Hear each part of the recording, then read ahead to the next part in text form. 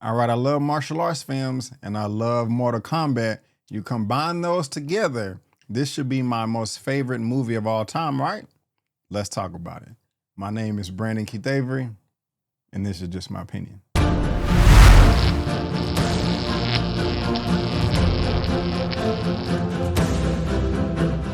All right, guys, now we have Mortal Kombat 2 coming in at 1 hour and 56 minutes, and it is rated R, a hard R, being described as dark fantasy, martial arts, supernatural fantasy, action, adventure, fantasy, and science fiction. And yes, this is an adaptation of the video game from the 90s and the sequel to Mortal Kombat that came out in 2021. Now, this is being directed by Mr. Simon McCoy. If we scroll down, he is also the director of the 2021 version that came before this. He did direct The Nighttime Economy. I've never heard of that before, so he is fairly fresh, but not going to hate on him. Now, when it comes to my expectations for Mortal Kombat 2, they were through the roof. I was very, very excited. Now, when it comes to the 2021 version, when I first saw that film, I enjoyed it, but after revisiting it a few times, I was like, this is actually not that good. It's disappointing. At the time, I gave it a 7.5 out of 10.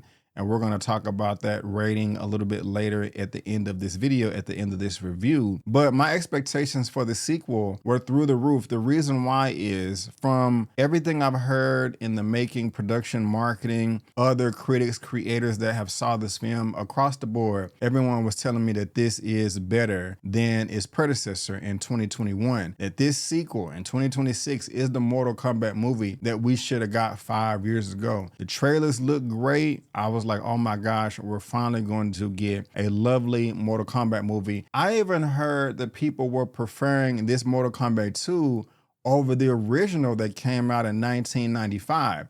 And just a little fun fact here, guys. I was 11 years old when I saw that film, and I am not embarrassed. My mom was like, don't tell that story.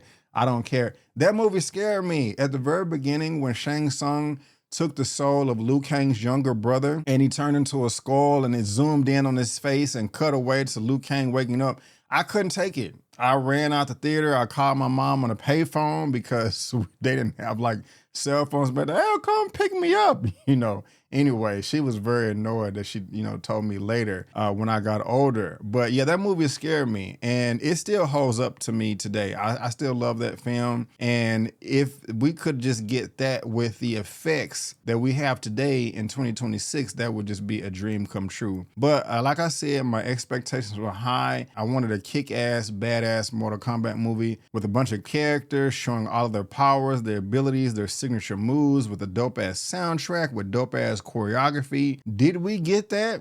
Let's talk about it. So before I get into all the nitty-gritty, before I talk about all my likes and dislikes, let me tell you exactly what this Mortal Kombat 2 sequel is all about. The fan favorite champions, now joined by Johnny Cage himself, are pitted against one another in the ultimate battle to defeat the dark rule of Shao Kahn that threatens the very existence of the Earth Realm and its defenders. All right, let's talk about the good. The first thing that I want to address is this film, the 2026 sequel, better than its predecessor that came out in 2021? The answer is yes. Not by a lot, but yes, it is better in my opinion than 2021. So that is a positive. Another great thing about this sequel is you get more fights. If you was disappointed from 2021 saying, we have all these characters with all these abilities and all this choreography and martial arts from around the world, but there aren't that many fights, there's not even a tournament. That is not the case here.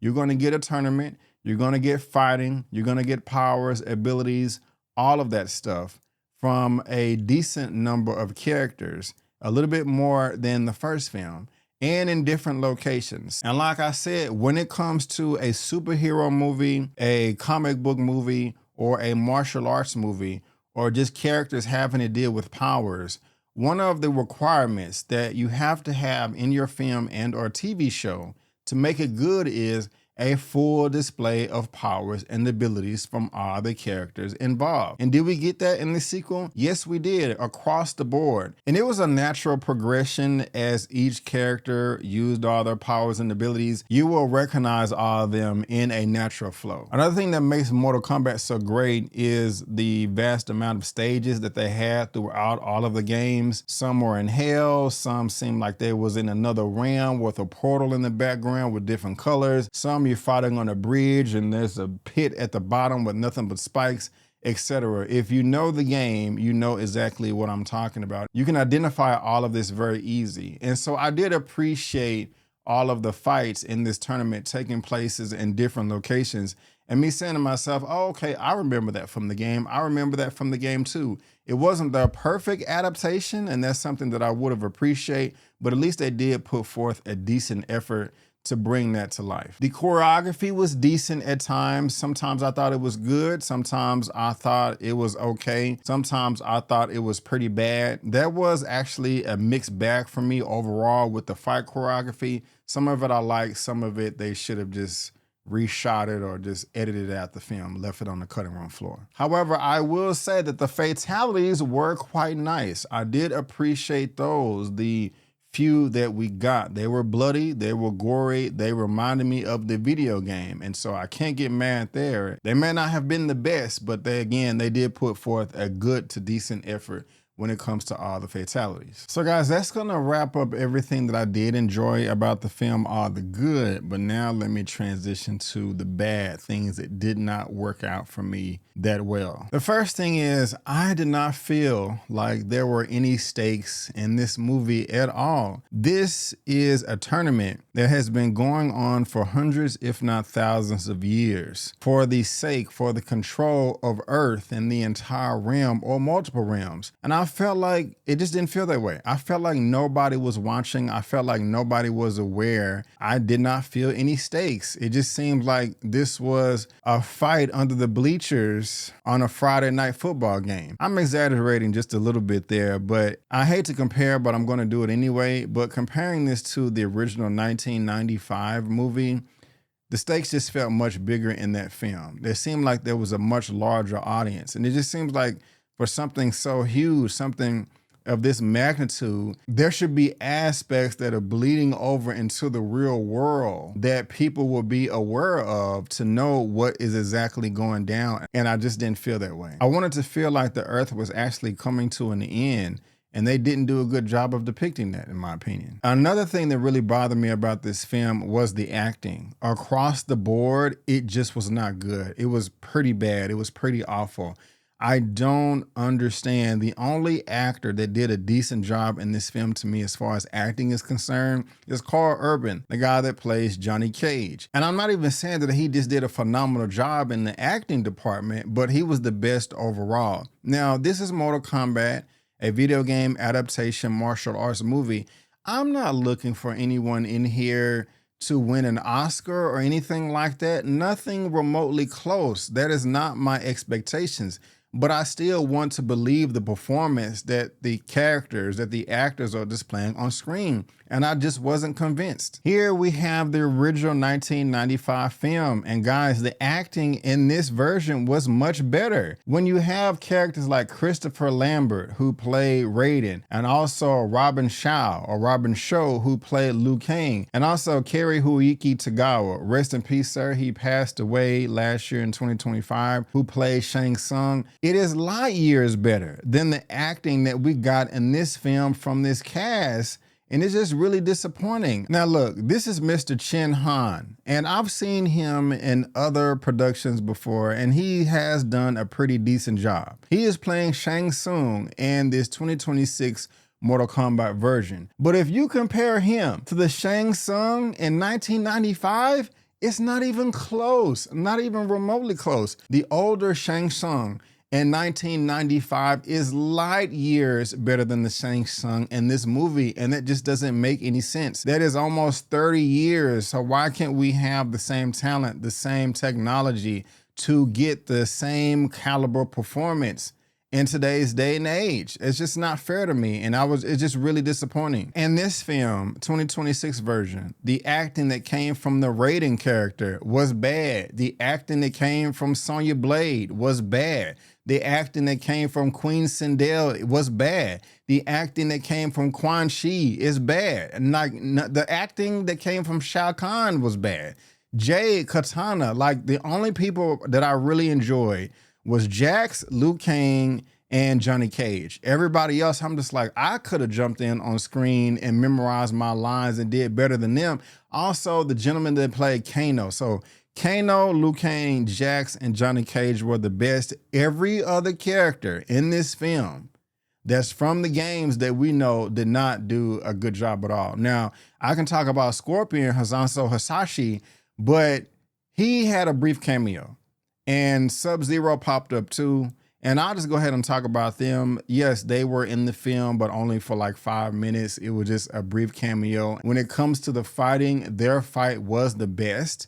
I did enjoy that the most, but it was only for a fraction of the film. So if you're going into this thinking that you're going to see a bunch of Scorpion and Sub-Zero, that's just not the case. Everything that you see in the trailer is what you're going to get in the movie. It's just going to be extended, of course, because that's the trailer. So yeah, Scorpion's acting was great, but like I said, it was only for like 5 minutes. And because the acting was not great in this film, it was so bad, it's hard to take the film seriously. It does not have a serious tone going back to the stakes of this film. The original 95 version was more serious. This is not just a parody goofball trip, but you didn't feel the intensity. I didn't feel like the world was falling apart or that we were all in mortal danger. There was also no buildup as well as far as the characters in those stages. Now, it was nice to see that vast amount of stages that the characters did fight in, but I want a build up like we got in the 95 version. That was not the case this time around. And it also just goes to show, overall, in my opinion, practical will always beat CGI. This was a CGI bomb fest, and it just did not bode well for me as an audience member that wants to see this type of entertainment on screen. Let me get a full scope, a full range of the environment that these characters are about to fight to the death in, instead of just zooming in and hopping around at random times. Oh, this is a new area, this is a new realm, this is a new territory, this is some new turf. Let's explore around, but the characters just pop up there and I'm not able to soak it all in before the fight is even over. Going back to the original film, do you remember when Johnny Cage first arrived in Scorpion's lair? It was in a deep forest. They had that dope ass soundtrack with a bunch of trees going back and forth. The whole thing was symmetrical. Before the first punch was thrown or the first attack was thrown, you saw Johnny Cage just walking, taking his time, trying to get a sense of the environment. He is getting a sense of the environment as we are the audience too simultaneously. That's just a good way to soak everything in and adapt to that environment, but that was just not the case here. Same thing in the original film with Sub-Zero when they fought in that chamber and it was a bunch of smoke. Sub-Zero is walking down the stairs like this with the smoke going everywhere with dope ass music in the background. And it's a good 10 to 20, 30 seconds before the first punch is thrown. But again, that's not the case in this 2026 version. And going back to the original film where Johnny Cage and Scorpion was transferred to his lair in hell, it looked like a glorified construction site. I would still rather have that with all the dust, skulls, and bones everywhere than this CGI bomb fest that we got in this sequel right here. I just didn't really care for it. The story in this movie was also weak. I have no idea what the true objective was other than these characters need to win this tournament so that Shao Kahn can invade Earth and all the other realms. And the power scaling was all over the case that goes into the story as well. Shao Kahn is supposed to be one of the baddest mofos around, just damn near unbeatable with hundreds and thousands of years of experience from the greatest warriors in all of existence. I honestly feel that if I went through 2 years of intense training that I could be Shao Kahn myself, and that's supposed to be impossible. So when I said the power scaling is all over the place, It was too easy for a number of characters to get the upper hand on Shao Kahn in this film. And that just doesn't even make any sense. And he possibly would have died, but there was a plot device that was thrown in that I don't want to spoil you here, to where if he didn't have that, Shao Kahn probably would have been eliminated in the first round. And that just makes no sense to me whatsoever. How are you supposed to be the baddest of the baddest of the bad, but you're getting passed around like a little white ball on a ping pong table? And you're cheating and you're still barely able to come out on top. Does not make sense whatsoever. Shao Kahn should be just slapping people left and right with his hand, and that's it. But, you know, he's just struggling too much. I spoke about Shang Tsung earlier and how disappointing that was. And Quan Chi, I don't know what the hell, how they dropped the ball with Quan Chi so bad, but I'm supposed to be afraid of these characters, and I wasn't. Some of them just look like cheap cosplay, especially Quan Chi. Like, Shao Kahn is supposed to have a presence. Shang Tsung is supposed to have a presence. Quan Chi is supposed to have a presence. All of these characters are. And they feel like supporting characters and or extra in this movie when they're supposed to be standouts. There is no structure. There is no grounded, gritty tone. Things are just jumping around from scene to scene, and I'm just saying to myself, please wait and slow down. There was one attack on the base. It was just so random, and light was flashing everywhere with Raiden on his neck. I'm like, okay, what is the objective here? Like, did y'all write this 5 minutes ago and just say action and then hope for the best?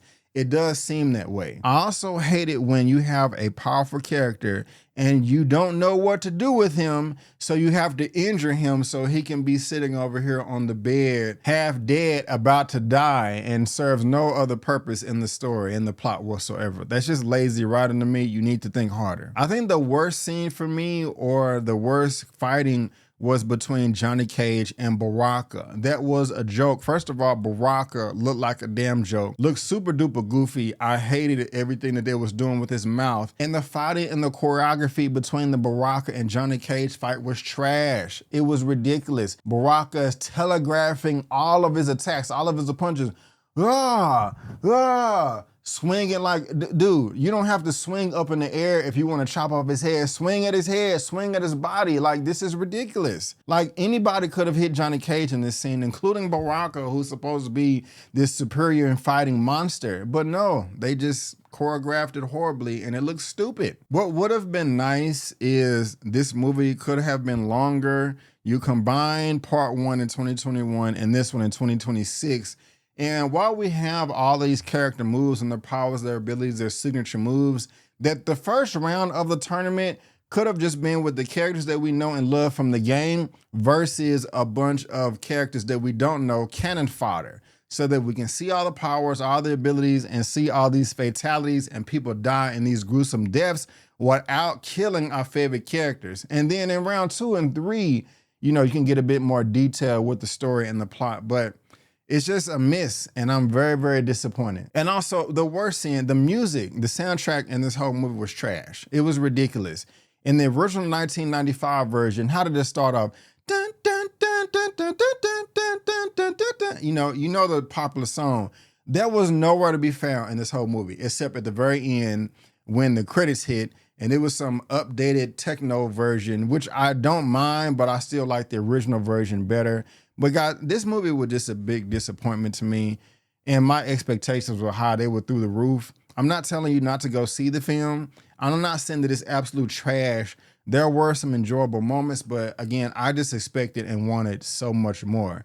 I gave the 2021 version a 7.5 out of 10. I'm gonna drop that down to like a 5 or a 5.5 out of 10. And I will go ahead and give my rating for this at the very end of the video. But for now, guys, thank y'all so much for tuning in. I really do appreciate it. That is just my opinion. If you did like this review, please go ahead and hit that subscribe button, leave a comment of your thoughts and a thumbs up, and share the video. So if I had to rate this Mortal Kombat 2 2026 version out of a 1 out of 10, I'm gonna give it a 6 out of 10, maybe a 5.5, but I think I'll just stick with a 6. And as you can tell, guys, I'm very, very frustrated. But guys, again, I just want to thank you so much for tuning in. And before you go, don't forget that I'm B. Avery. That's just my opinion. Peace. And I'll see you next time.